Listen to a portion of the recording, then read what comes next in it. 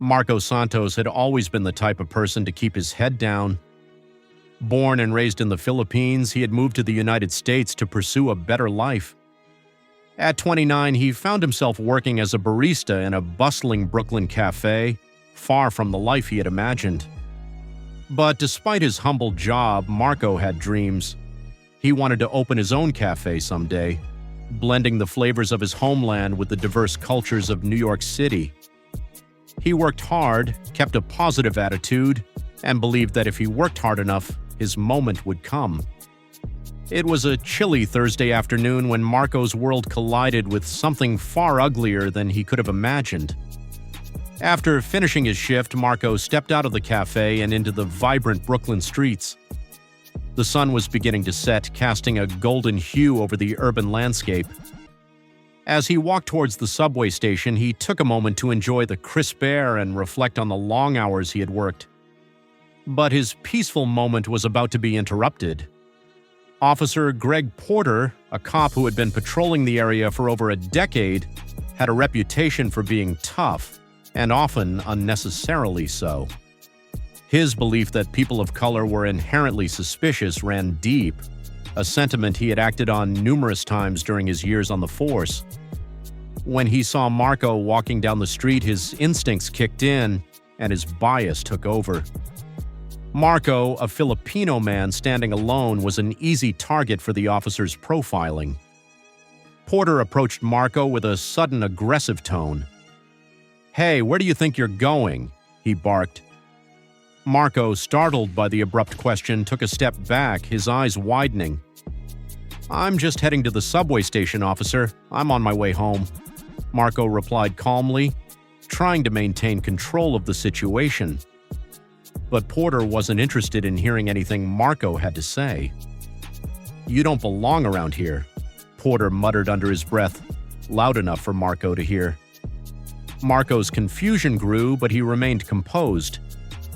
"Excuse me? I'm just a regular guy on my way home. I don't mean any trouble." He made no sudden movements, his hands visible, hoping to de-escalate the situation. But Porter wasn't listening. With a swift move, he stepped forward and demanded, "Give me your ID, now." His voice was harsh and filled with authority. Marco hesitated for a brief moment, unsure if he was truly being singled out for no reason. He had done nothing wrong. "I've done nothing illegal, sir," Marco responded, his voice steady but filled with uncertainty. "I'm just trying to get home." But Porter wasn't having it. He stepped forward, shoving Marco's shoulder roughly. "You're causing a disturbance. I said give me your ID." Marco's heart raced and his mind flashed with thoughts of how unfair this was. He had done nothing wrong, yet here he was, being treated like a criminal for no reason other than his appearance. Something inside Marco shifted.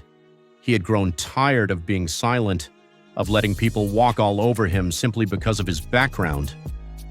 In that moment, he decided he wasn't going to back down. "I'm not giving you my ID," Marco said firmly.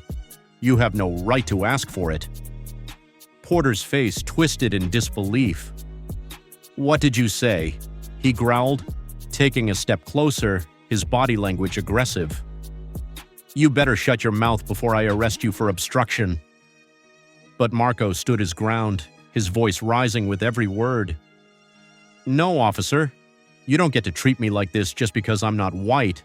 I have rights, and I know what you're doing." He paused, looking directly into Porter's eyes. "I'm not afraid of you. You're the one abusing your power." For a brief moment, the two locked eyes. Porter's grip on his ego tightened, and his initial arrogance faltered. Marco's courage had rattled him, leaving him unsure of how to proceed. And that's when the bystanders who had been quietly watching the encounter started to speak up. One woman pulled out her phone and began recording. "He's not doing anything wrong," she shouted. "This is messed up." Other people began to gather, some offering words of support to Marco. The sound of a camera click broke through the tension, and Porter immediately knew the situation was slipping out of his control. His anger flared, but the presence of the onlookers, many now filming the entire exchange, made him pause. In that moment, Porter's once dominating confidence began to waver. He had hoped Marco would shrink in fear, but instead, Marco was standing tall, unafraid, and unwavering. Realizing he couldn't escalate things any further without drawing even more unwanted attention, Porter's demeanor shifted. He stepped back, his face reddening with frustration. "Get out of here," he muttered under his breath as he turned to walk away. But Marco wasn't finished. "I'm not going anywhere," Marco said, his voice strong.